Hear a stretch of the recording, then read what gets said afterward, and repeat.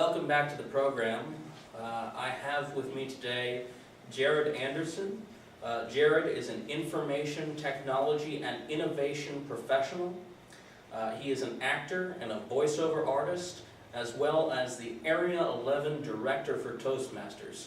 And Jared, I was just wondering, how is it to get a little bit of power as Area 11 Director? I mean, you are responsible for quite a few lives. It has been interesting, with power, with great power comes great responsibility. And what I've learned in this is the responsibility of organizing the area events, the area contests, area newsletters that I'm trying to put together, and really coordinating across now 5 clubs here in the area. It's been very interesting to take on this additional role, to continue to develop those relationships that I've formed with those different clubs.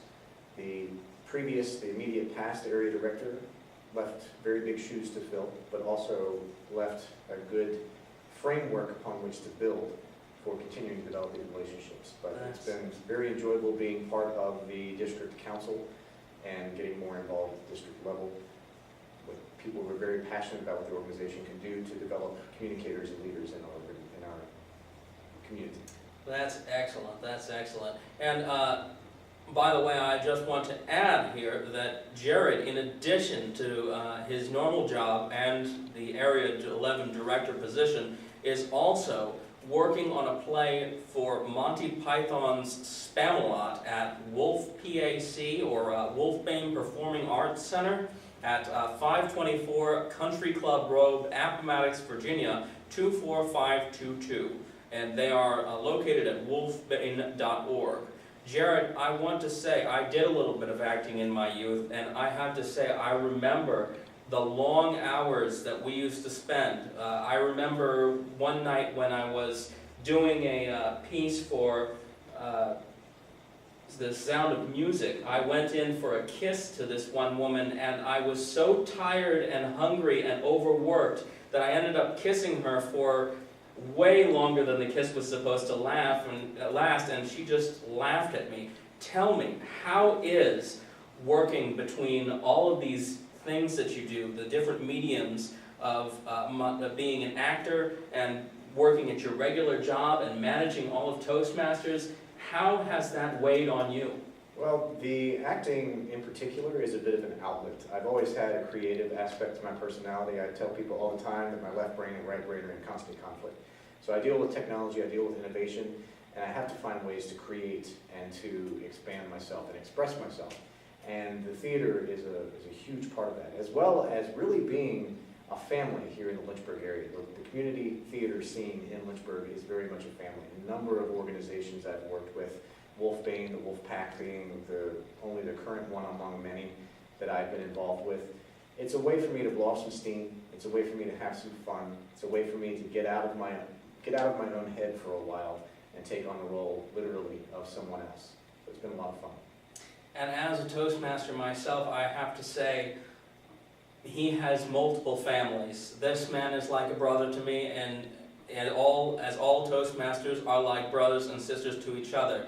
You can go anywhere in the world and find yourself a Toastmasters club and walk right in the door, as if it were going to your cousin's house. You may find the horrible uncle that nobody wants to talk about, but you will find family as well.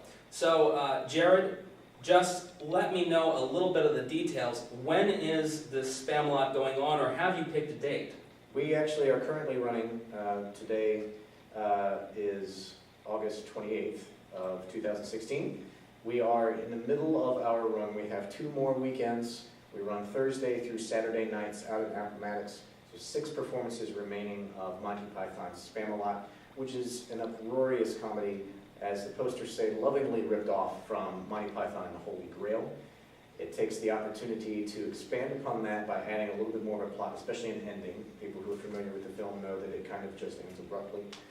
The musical also serves in part as a spoof of the musical Camelot, which is a very well-known classical musical, so that adds a little bit of a romantic comedy aspect to it, a little bit more plot points there, and it's just a lot of fun. So many iconic moments.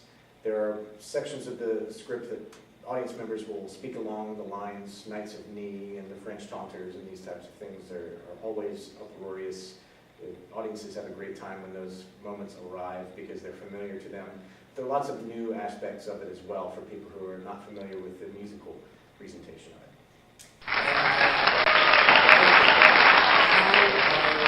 How are you feeling about it? Are you ready for it? Absolutely. We've been preparing for a number of weeks now. We have now 9 performances under our belt. The opening weekend, there are always a few things that are still being fine-tuned because we finally have an audience and we are still learning what works and where we need to hold for laughter and those types of things. But at this point, we definitely have a machine. We're ready for it to keep rolling. We've been having great audiences, very responsive audiences, but we're looking for more. I'm always welcoming people to come and enjoy some outdoor theater in the woods of Appomattox. Well, Jared Anderson, outstanding Toastmaster, actor, and a visionary of innovation for the professional life. Thank you, Jared, for joining us on our program. I appreciate your time and hope that Spamalot goes swimmingly for you. Appreciate that very much.